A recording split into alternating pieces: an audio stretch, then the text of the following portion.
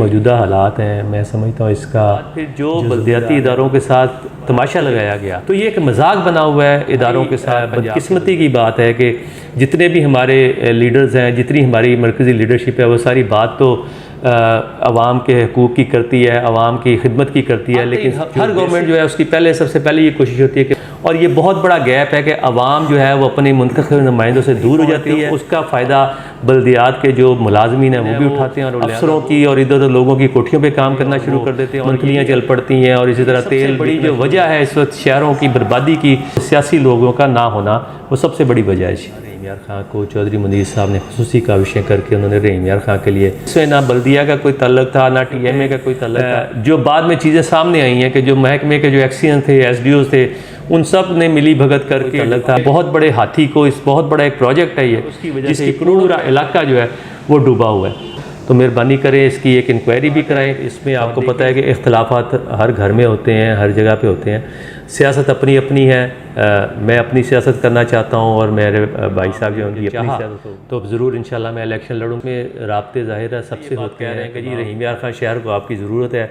इबादत समझते हुए मैंने रहीम यार खां के शहर के लिए, रहीम यार खां के शहरियों के लिए खिदमत की है। तो मेरिट के ऊपर फ़ैसला करें। आप जितने भी लोग मैदान में हैं सबको देखें। मैं रहीम यार खां का बेटा हूँ, आपका भाई हूँ, इसी शहर से हूँ, मेरी पैदाइश भी यही है। मैंने यही इस शहर को सब ने मिलजुल कर इस इलाके को, इस शहर को बनाना है। अस्सलाम वालेकुम। आज हमारे साथ एक बहुत ही प्यारी शख्सियत मौजूद हैं, जिनका नाम सुनते ही, नाम लेते ही हमारे जहनों में फ़ौरन साफ़ सुथरा फूलों से महकता हुआ शहर रहीम यार खान का एक मंज़र हमारी जहनों के आगे आ जाता है। और हम माजी में खूबसूरत और फूलों से महकते हुए रहीम यार खान में रह भी चुके हैं। बहुत ही मेहनती हैं।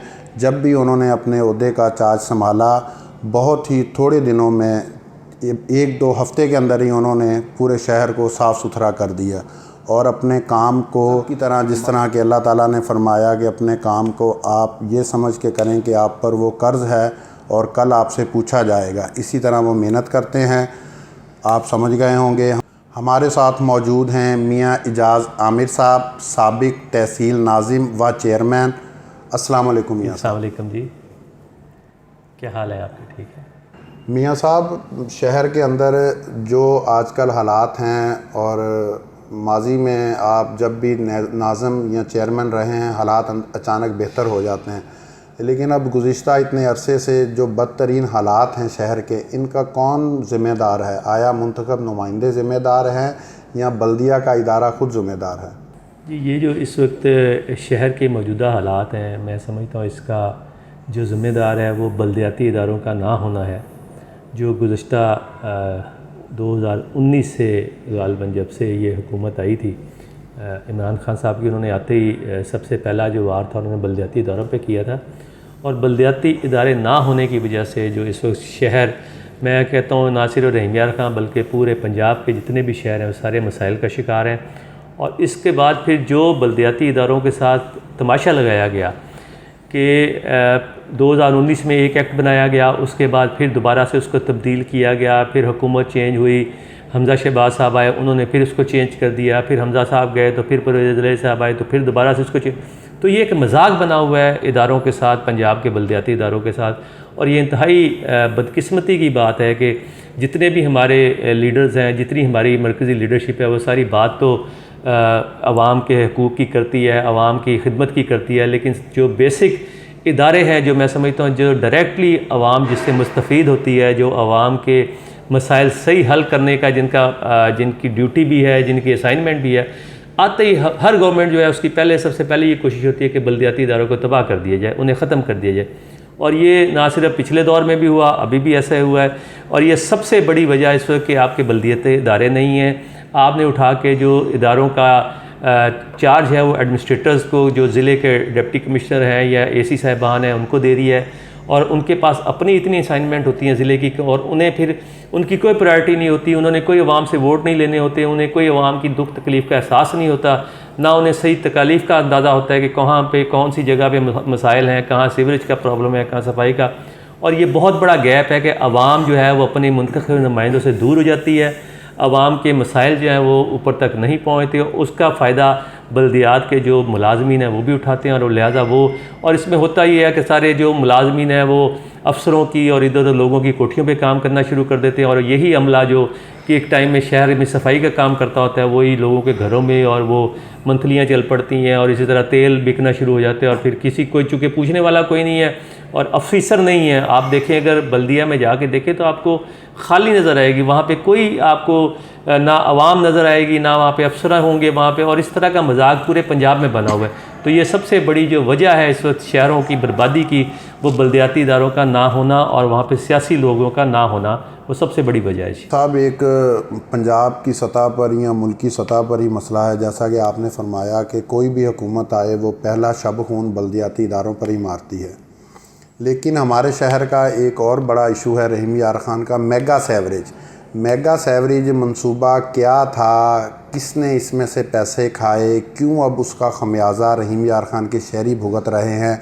और सेकेंडली, मेगा सेवरेज का जो प्रेशर है पानी का, वो ज़मींदारा कॉलोनी, ट्रस्ट कॉलोनी या डिप्टी कमिश्नर हाउस के इर्द गिर्द क्यों नहीं वो ओवरफ्लो होता? वो सारा गरीबों के इलाकों के अंदर ही ओवरफ्लो होता है।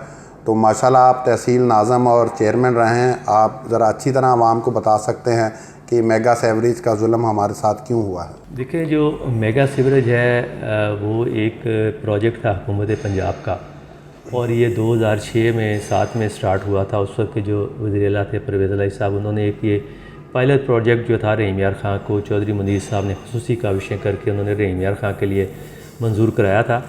और ये इनिशियली जो प्रोजेक्ट था वो गालबन कुछ 76 करोड़ से ये स्टार्ट हो रहा था प्रोजेक्ट, और उस वक्त मैं तहसील नाज़म था। फिर जब हमने चार्ज लिया तो उससे पहले उसके सारे एस्टीमेट्स वगैरह, उसकी टेंडरिंग का प्रोसेस मुकम्मल हो रहा था। लेकिन जब हम आए तो हमने आके देखा कि उसमें बहुत सारे इलाके इन्होंने छोड़ दिए, तो हमने दोबारा से उन्हें साथ बिठा के और पूरे शहर के जो नाज़मीन थे, काउंसलर्स थे, उनको ऑन बोर्ड लिया और सबको बिठा के कोशिश की कि पूरे शहर को इसके अंदर शामिल किया जाए, ताकि कोई इलाके जो है वो उसमें जहाँ लाइनों की रिप्लेसमेंट है वो रह ना जाए। उसके बाद ये जो प्रोजेक्ट था, चूँकि ये इसका हुकूमत पंजाब करने वाली थी और इसको महकमा पब्लिक हेल्थ इंजीनियरिंग जो पंजाब का डिपार्टमेंट है वो इसको एग्जीक्यूट भी कर रहा था, और फंडिंग जो थी वो पंजाब गवर्नमेंट की थी।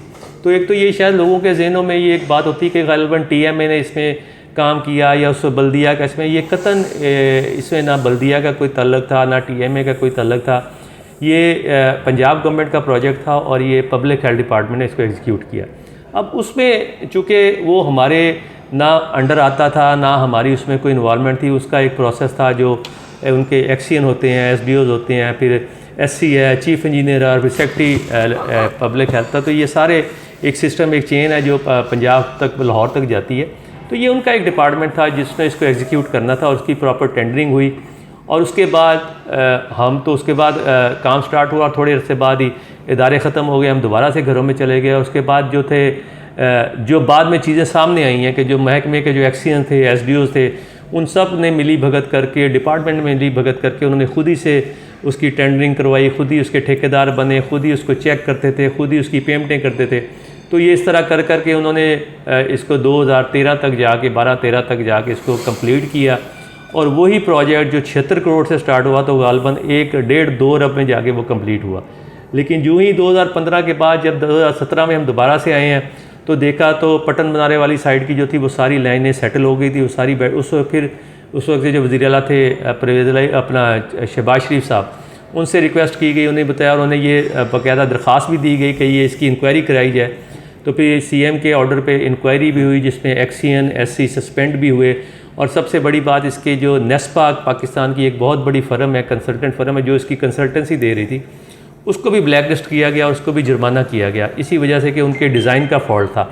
तो ये एक बहुत बड़ा एक स्कैंडल भी कह लें आप। उसमें इनको ऑफिसरान को सज़ाएँ भी हुई, एंटी करप्शन पे पर्चे भी हुए, बाकी केसेस नैब में भी चले, लेकिन अभी तक हुआ किसी का कुछ नहीं। जिस तरह आपने देखा है कि हमेशा से पाकिस्तान में एक सिलसिला चला आता है, इसी तरीके से ये लोग भी निकल आए हैं। तो ये जो एक बहुत बड़ा प्रोजेक्ट था, जो मैं समझता हूँ रहीम यार खां के लिए एक बहुत बड़ी ब्लेसिंग था, उसके वो समरात आवाम तक नहीं है जो आने चाहिए थे।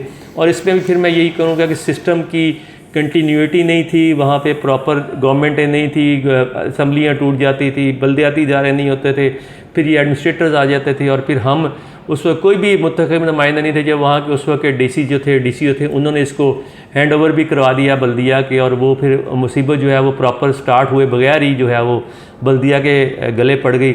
और फिर उसके बाद बल्दिया जो रहीम यार खां की है उसके पास तो इतनी ना कैपेसिटी है ना इतने वसाइल हैं कि इसको इतने बहुत बड़े हाथी को, इस बहुत बड़ा एक प्रोजेक्ट है ये जिसकी करोड़ों रुपए अखराजात है। और जब ये इसकी फिजिबिलिटियाँ बनाई गई थी, इसका दिखाया गया था कि इसका करोड़ों रुपए इससे इनकम जनरेट होनी है, ये पानी बेचा जाना था, लेकिन वो पानी नहीं बिका और वो पानी इसी तरीके से लोग तोड़ के और मोटरें लगा के, पंप लगा के इसको उठा रहे हैं।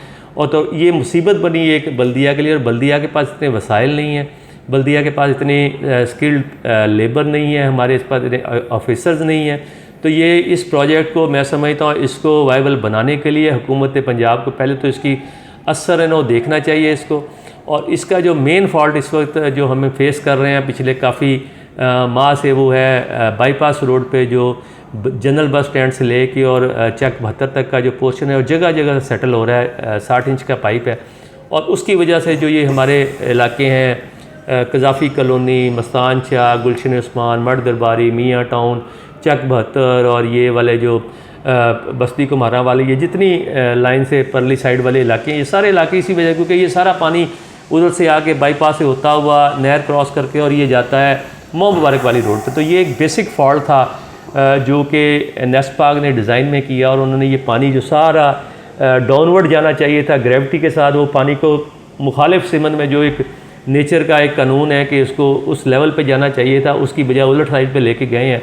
और ये बेसिक वजह है कि ये बार बार वहाँ से फेलियर भी हो रहा है क्राउन, और पाइप भी सेटल हो रहे हैं। तो ये इसकी वजह है, इसको मैं समझता हूँ गवर्नमेंट को, और ये बल्दिया के या TMA के बस की बात नहीं है इसको ठीक करना। इसके लिए मशीनरी भी चाहिए, फंड्स भी चाहिए।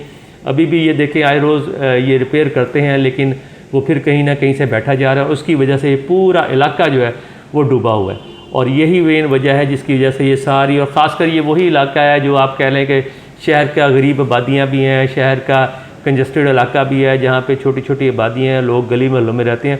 और फिर सबसे बड़ी बात ये जो आप अभी बात कर रहे थे कि सीवरेज वहाँ, क्योंकि वहाँ पे वो आबादियाँ इस तरह की आबादियाँ जो पुरानी हैं, जो कोई प्लान नहीं है, वो हर किसी ने अपना छोटे छोटे कुछ 2-2, 4-4 एकड़ की स्कीमें काट के और वो 6-6 इंच के पाइप डाले हुए हैं। तो वो पुराने पाइप हैं, वो काफ़ी हद तक रिप्लेस, लेकिन उसका ना प्रॉपर लेवल है, ना प्रॉपर सीवर सिस्टम है। तो ये मेन वजह है, उसकी वजह से जहाँ ये प्रॉब्लम्स आ रहे हैं। तो अल्लाह करे आगे जाके कोई गवर्नमेंट इस पर कोई फ़ैसला करे और इसको देख के इसके, और मैं समझता हूँ मैं आपके फोरम से वज़ीर आला से ये अपील भी करूँगा कि ये उन्होंने एक तोहफ़ा दिया था रहीम यार खां को, तो मेहरबानी करें इसकी एक इंक्वायरी भी कराएं और देखें इसके अंदर कौन से लोग थे जिन्होंने अपने करप्शन में हाथ रंगे हैं। और ये जो इतना बड़ा प्रोजेक्ट था जो रहीम यार खां के लिए मैं समझता हूँ बड़ी ब्लेसिंग होना चाहिए था, वो हमारे लिए एक मुसीबत और एक अजाब का जो है वो उसने सामान मुहैया किया। तो ये इस पर मेरी रिक्वेस्ट है वज़ीर आला से कि इसको गौर करें। जब मैंने मैं थोड़ी सी अपनी इसमें एक एफ़र्ट आपको बताना चाहूँगा, आपसे शेयर करना चाहूँगा कि जब ये प्रोजेक्ट इनिशियली डिज़ाइन हुआ, जब मैंने कहा 76 करोड़ का था, तो उस वक्त ये 2006-07 की गालकन बात है। तो मैंने उस वक्त कोशिश की कि इस प्रोजेक्ट को एग्जीक्यूट करने के लिए FW को लाया जाए।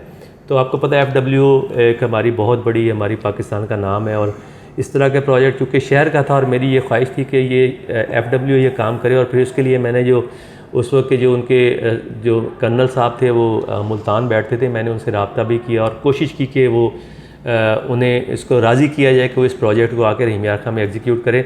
और मेरी खुसूसी दिलचस्पी को देखते हुए रिक्वेस्ट पे उन्होंने कहा जी 1 अरब से कम हम प्रोजेक्ट नहीं लेते, लेकिन उन्होंने कहा कि जी आपने इतनी इस पर कोशिश की और आपकी ये ख्वाहिश है तो हम इसको टेकअप करते हैं।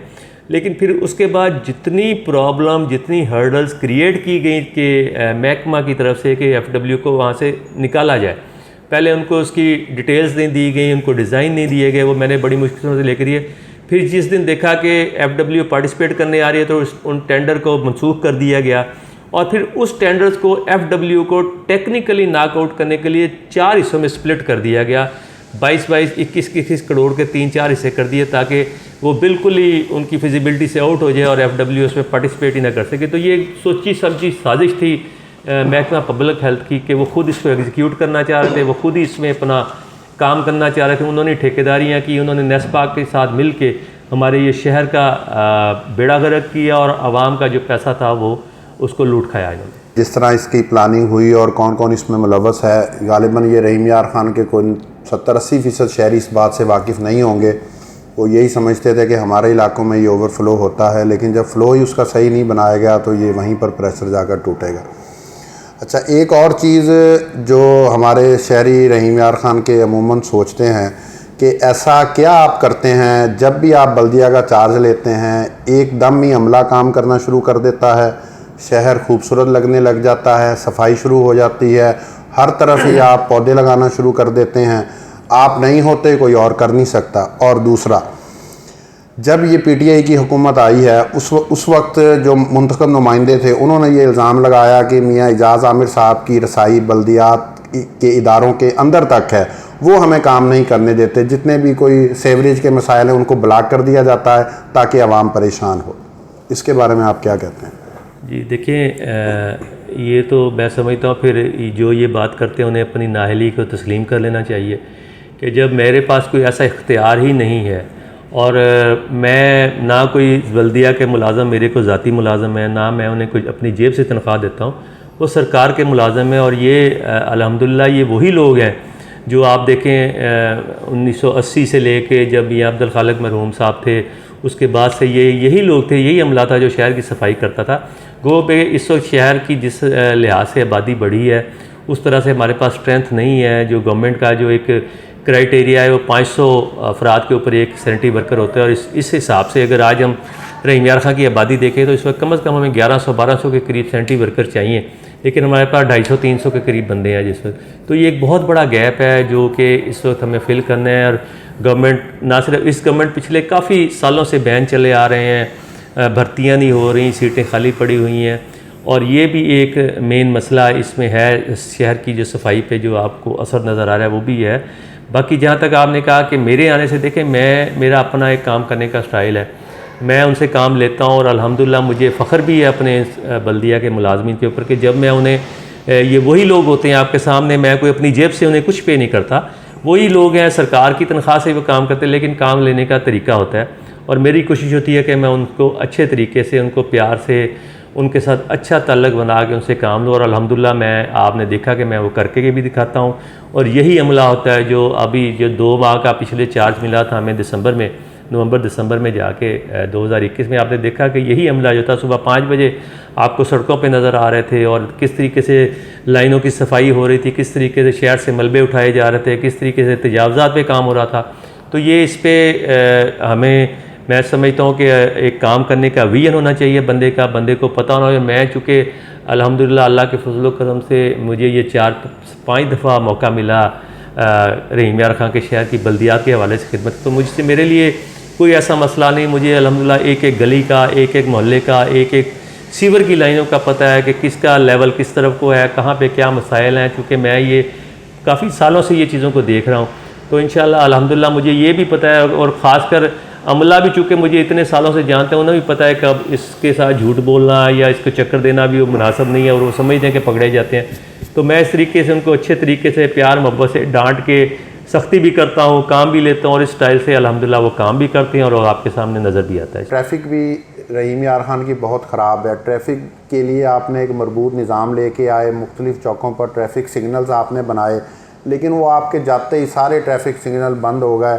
और बल्दिया में भी सुना है आपने काफ़ी बेहतरी लेकर आए थे, वो कुछ आवाम को बताना पसंद करेंगे कि आपने कौन सा ऐसे नए कॉन्सेप्ट लेकर आए थे जिनको आपके बाद फॉलो भी नहीं किया गया? मैंने सबसे पहले तो बल्दिया में जो अमला सफाई है उसको, उसकी हाज़िरी को यकीनी बनाने के लिए बायोमेट्रिक सिस्टम जो था उसको इंट्रोड्यूस कराया था और उसमें मुझे बहुत मुश्किलात का सामना करना पड़ा, बड़ी रुकावटें आई, अमले की तरफ से भरपूर रेजिस्टेंस थी, लेकिन मैंने उस पर अपनी डटा रहा अपनी इस कमिटमेंट के साथ और मैंने उसको 4-6 महीने लगे मुझे, लेकिन फिर मैंने रहीम यार खां का जितना अमला सफाई था उसको सारे को बायोमेट्रिक पे ले गया और उससे ये हुआ कि जो अमला, जो सफ़ेद कॉलर लोग जो लोगों के, अफसरों के घरों में होते हैं। और फिर अगर आप जो बात कर रहे थे, मेरी सबसे पहले जब बातें ही मेरी कोशिश होती है कि मैं लिस्ट लेके अमले की, जो अमला सरकारी मुलाजमीन, सरकारी ऑफिसरों की कोठियों पे होता है, मैं वो सारा उनके घरों से निकाल के उनको फील्ड में ले आता हूँ।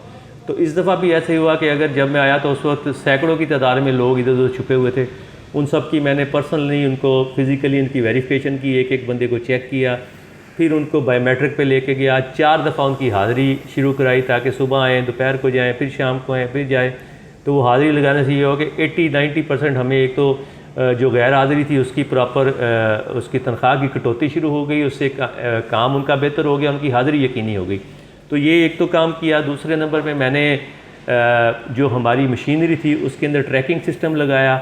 उससे ये हुआ कि जो तेल हमारा बिकता था, बल्दिया का चोरी होता था, वो उसको हमने रोका और एक बहुत बड़ा हमने कंट्रोल रूम बनाया था अपना बल्दिया रहीमयार खां के अंदर, जिस पे पूरा एक सिस्टम वहाँ पे लगाया गया था, LCDयाँ लगाई गई थी और हर ट्रैक्टर की, हर ट्रॉली की, हर मशीनरी की जो मूवमेंट थी उस पर नज़र आ रही होती थी कि कौन सी मशीनरी ने कितना काम किया, कितना उसके ऊपर फ्यूल कॉस्ट आई, उसने कितनी गंद की ट्रालियाँ उठाई, कितने उसने टैंकर पानी के खाली किए। तो ये पूरी एक एवरेज थी जो डेली उसकी शीट निकलती थी।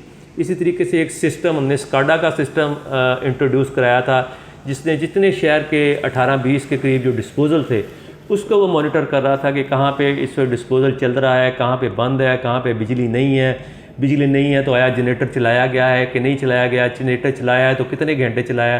तो ये एक पूरी सिस्टम के साथ रिपोर्ट थी जो जनरेट होती थी।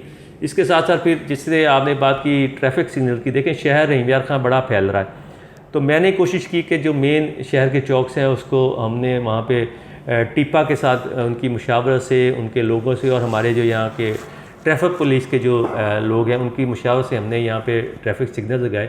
लेकिन इंतहाई अफसोस की बात है कि उसमें कुछ तो ट्रैफिक पुलिस के अपने जो लोग हैं उनके अपने कुछ मकासद हैं। अभी देखें पिछले हमने जब जाते हुए टनल पे हम जेल चौक पे हमने, वहाँ पे बड़ा ट्रैफिक का फ़्लो होता है, सिर्फ वहाँ पे 2 दिन अगर अमला बैठ जाए उसके प्रेशर के टाइम पे जो सो पीक आवर्स होते हैं उसकी ट्रैफिक के फ़्लो को चेक करे, उसकी टाइमिंग को एडजस्ट कर दे, तो वो बड़ा बेहतरीन एक ट्रैफिक का वो चौक है वो जहाँ पे ट्रैफिक का जो रेगुलेट हो सकती है और फ़्लो बेहतरीन हो सकता है। अगर आप DCO वाला चौक देखें तो वो बग़ैर किसी ट्रैफिक पुलिस के वो बेहतरीन चल रहा है। इसी तरीके से खानपुर अड्डे का भी यही हाल, लेकिन वो जानबूझ के ये लोग जो हैं अपनी ज़ाती मकासद के लिए, अपने मफादात के लिए ये इनको बंद करते हैं। और ये मैं समझता हूँ बड़ी ज़्यादती है कि लाखों करोड़ों रुपया आवाम का लगाया गया है आवाम की बेहतरी के लिए और ये इस तरीके से इसको बर्बाद करते हैं। इसी तरीके से आप देखें पौधे लगाए हमने शहर के अंदर, हमने ग्रीन बेल्ट्सें बनाई, उनको बर्बाद कर दिया गया। हमने डस्टबिन शहर के अंदर रखवाई थी, उस डस्टबिन का कहीं नामो निशान नहीं है। टायर किलर लगवाए थे, तजावज़ात पे बड़ा काम किया था। लेकिन मैं समझता हूँ इसमें एक अफसोस के साथ कि लोगों का भी जो रवैया है वो कुछ इतना पॉजिटिव नहीं होता। वो भी आवाम जो है, मेरी आवाम से हमेशा से ये मैं अपील करता होता हूँ कि ये जितना भी सफाई का काम है, जब तक आवाम साथ नहीं देगी कि ये जो शहर है, ये जो रहीमयार खां, ये हमारा घर है। जिस तरह हमें अपने घर की ओनरशिप लेनी है, जिस तरह हमने अपने घर की सफाई करनी है, उस तरीके से ये शहर है। तो ये अगर दुकानदार अपना कचरा उठा के सफाई करके सड़कों पे फेंकेंगे, जो होटलों वाले अपना गंद सड़कों पे फेंकेंगे, तो फिर ये सफाई, देखें सफाई के अमले ने एक टाइम पे ही आना है। और बदकिस्मती ये है कि जब सुबह सुबह हम सफाई कर जाते हैं 8-9 बजे, अगर आपको सड़कें साफ़ नज़र आती हैं, छिड़काव हुआ नज़र आता है, लेकिन जब 11 बजे दुकानें खुलती हैं तो सारे दुकानदार भाई कचरा उठा के बाहर सड़कों में फेंक देते हैं। तो इस तरीके से तजावज़ात पे देख लें आप, बाज़ारों में गुजरना इस माहौल हुआ है कि 10-10 फुट पे दुकानदारों ने फटे लगवा के तजावज़ात करवाई हुई हैं। तो ये किसका नुकसान है? ये मैं समझता हूँ हमारी बहनें, हमारी माएँ शहर से जब गुज़रती हैं, बाज़ारों में जाते हैं सब लोग, तो ये लोगों के लिए मुश्किलात का सामान पैदा हो रहा है। तो मेरी ये अपील भी है ताजर बरादरी से कि आप लोग इस शहर को खोलें, बाज़ारों को खुला करें, सफाई में अमले के साथ तावन करें, क्योंकि ये शहर हमारा है। और अगर आप कहें कि सिर्फ बल्दिया इसको साफ़ करेगी या इसको मेंटेनेंस कर सकेगी, ये ऐसा नहीं होगा जब तक आवाम इसकी ओनरशिप नहीं लेंगे। तो आवाम को इसकी ओनरशिप लेनी होगी तभी ये शहर चलेगा, अदरवाइज़ शहर की ना सफाई होगी, ना इसका सीवरेज का निज़ाम ठीक होगा। मियाँ साहब, ये तो गुफ्तगू हो गई बल्दियाती इदारों तक, उनकी एफिशिएंसी तक सारा कुछ। एक और बहुत ज़्यादा रूमिंग गुज़िश्ता चंद दिनों से फैली हुई है, आपने भी राब्ता मुहिम का आगाज़ किया हुआ, क्या इस दफ़ा आप MPA का इलेक्शन लड़ना चाहते हैं? जी इंशाल्लाह जी, अगर मुझे रहीमयार खां की आवाम ने मौका दिया और अल्लाह ताला के फजल व करम से इंशाल्लाह ताला मैं ज़रूर कोशिश करूँगा कि अगर आवाम चाहेगी तो मैं ज़रूर रहीम यार ख़ान शहर की मैं समझता हूँ कि इस वक्त शहर को बहुत ज़रूरत है जो शहर से हकीकी नुमाइंदगी शहर को मिले और एक ऐसा नुमाइंदा हो जो शहर को कोई मसाइल को जानता हो, शहर की प्रॉब्लम को समझता हो।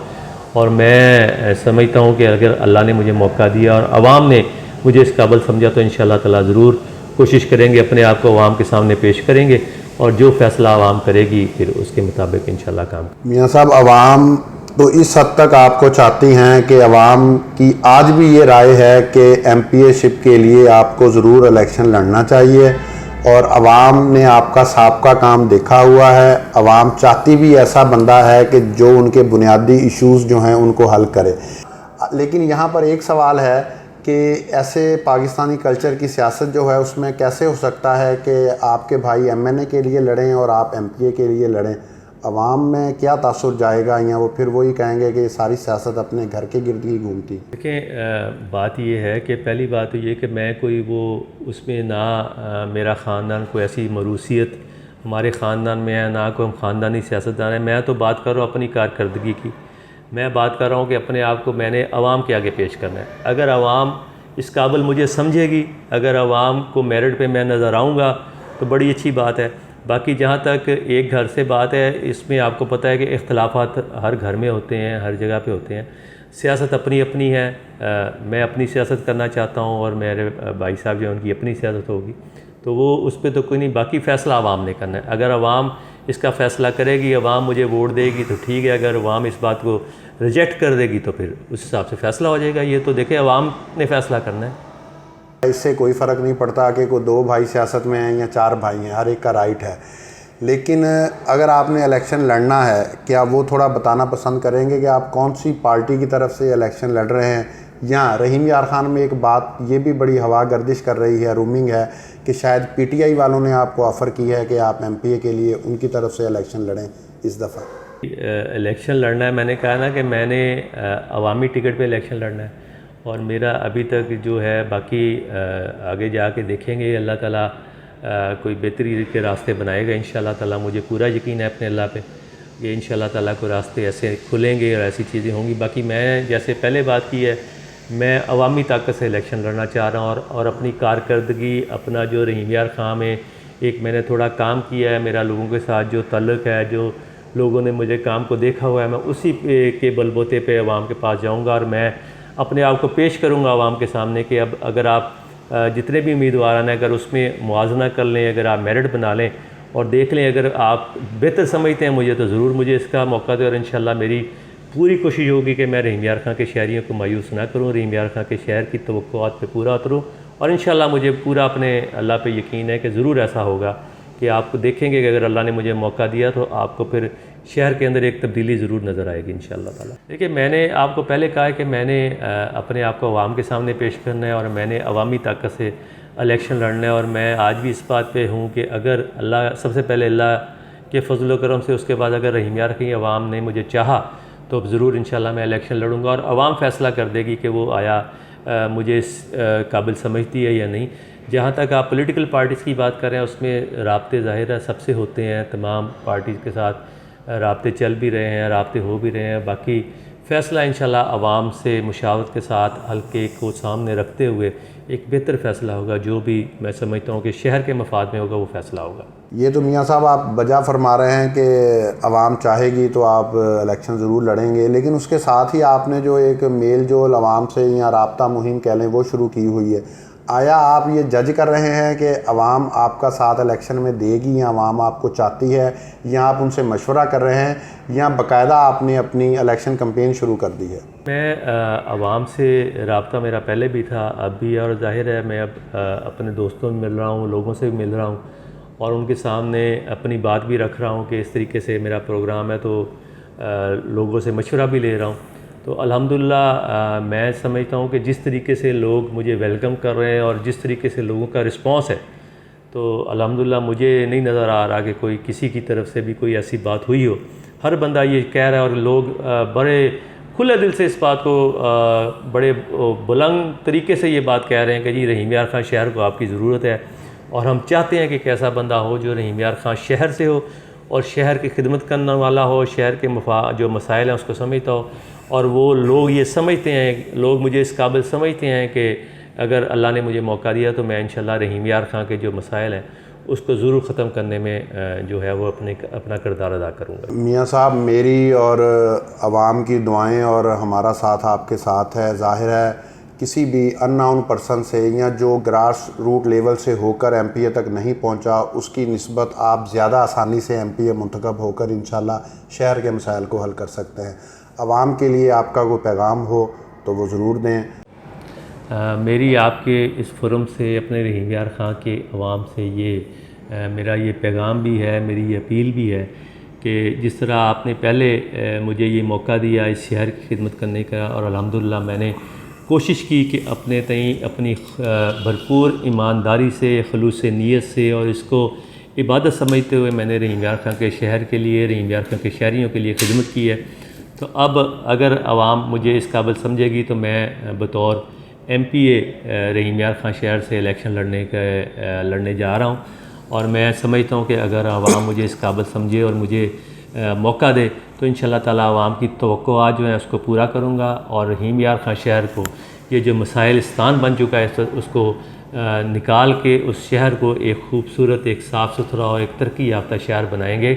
और मेरी उसमें आपसे अपील है कि आप मेरिट के ऊपर फ़ैसला करें। आप जितने भी लोग मैदान में हैं सबको देखें। आप रहीम यार खां के शहरी बड़े बाशऊर हैं, पढ़े लिखे हैं, और वो समझते हैं कि कौन से लोग हैं जो शहर की खिदमत कर सकते हैं, कौन से लोग हैं जो शहर का पहले खिदमत कर चुके हैं। आपने आजमाया हुआ है, आपने काम देखा हुआ है। अल्हम्दुलिल्लाह मैं आपको यकीन दिलाता हूँ कि अगर आपने मुझे इस काबिल समझा तो इंशाल्लाह मैं आपको मायूस नहीं करूँगा। इस शहर को एक खूबसूरत तरक्की याफ्ता शहर आपके तावन से बनाएंगे। मैं रहीम यार खां का बेटा हूँ, आपका भाई हूँ, इसी शहर से हूँ, मेरी पैदाइश भी यहीं है, मैंने यहीं रहना है, यहीं मरना है। तो ये मैंने सारी ज़िंदगी, अपनी जवानी यहीं पे गुजारी है, अपनी ज़िंदगी भी यहाँ पे गुजारा हूँ। तो मैं अगर आप मुझे इस काबिल समझेंगे, अगर आप मुझे इस मौका देंगे तो इंशाल्लाह ताला मैं कोशिश करूँगा कि मैं आपकी तवक्कुआत पे पूरा उतरूँ। और इस वक्त मैं तनहा जो है अपने मिशन को लेके आगे चलूँ, और मेरे लिए एक ही मिशन है, मेरी एक ही कोशिश है कि मैं इस शहर की खिदमत करूँ और रहीम यार खां शहर को मसाइल से निकालूँ। तो उसमें मुझे आप लोगों की वोट की, आप लोगों की सपोर्ट की ज़रूरत है। तो मैं चाहता हूँ कि ये मेरे जो दोस्त हैं, मेरे जो चाहने वाले हैं, जो रहीम यार खां के बाशऊर लोग हैं, वो मेरा साथ दें इस मिशन में, इस मकसद में मेरे साथ चलें, और ये हम इस काफ़िले को आगे लेके चलें और सारे लोग मिल के इस शहर की तरक्की में अपना किरदार अदा करें। और अब सब, मैं अकेला कुछ नहीं हूँ, मुझे आपके तावन की, आपकी सपोर्ट की, आपके वोट की ज़रूरत है। तो मेरी आपसे अपील है कि आप सब लोग आगे बढ़ें और मेरा साथ दें, और इंशाल्लाह ताला ये हमने इस शहर को सब ने मिलजुल कर इस इलाके को, इस शहर को बनाना है। ये थे हमारे साथ आज साबिक़ तहसील नाज़िम व चेयरमैन मियाँ इजाज़ आमिर साहब। आपने इनकी बातें सुनी और फ़ैसला आपने करना है। और मेरी एक रिक्वेस्ट है रहीम यार खान की आवाम से कि थोड़ा सा ख़ानदानी सियासत को, बड़ी गाड़ियों को देखकर जो बंदा कहीं से प्रेशर दिलवाता है उसके कहने पे आप लोग वोट कास्ट ना करें, ना उनका वर्क करें। आप ये सिर्फ देखें कि आपकी एक्सेस किस बंदे तक है, कितनी जल्दी आप अपने मौजूदा MPA तक पहुंच सकते हैं और उससे आप अपना काम हल करवा सकते हैं, और पहले उसका माजी क्या है, ये चीज़ें देखते हुए आप अपना वोट भी कास्ट करें और उसकी सपोर्ट भी करें। मेरे चैनल को लाइक और सब्सक्राइब कर दीजिए ताकि आप मज़ीद वीडियोज़ देख सकें।